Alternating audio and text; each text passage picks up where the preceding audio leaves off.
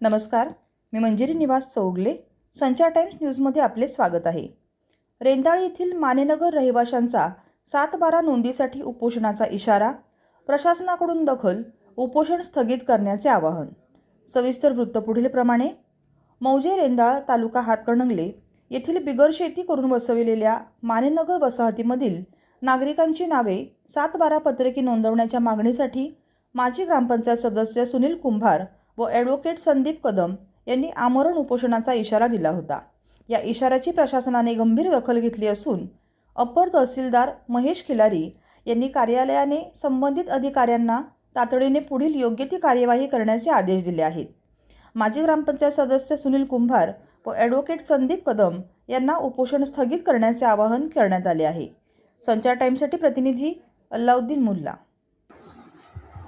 मानेनगर वसाहतीमधील नागरिकांच्या 7/12 प्रश्नी दिलेला आम्ही उपोषणाचा इशारा 11 जून 2026 रोजी मान्य अप्पर तहसीलदार इचलकरंजी यांच्याकडे दिला होता.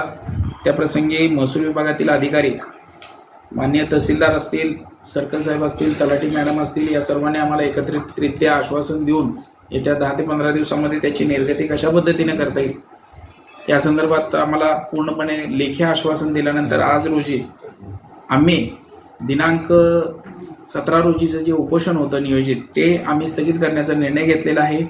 त्याप्रसंगी आम्हाला खासदार धैर्यशील मानेदादा असतील, माजी आमदार राजूबाबा आवळे असतील, अशोकराव माने विद्यमान आमदार असतील, या सर्वांचे सहकार्य लागले.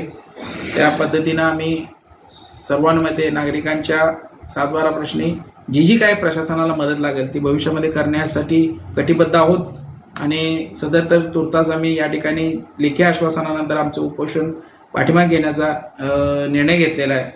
धन्यवाद.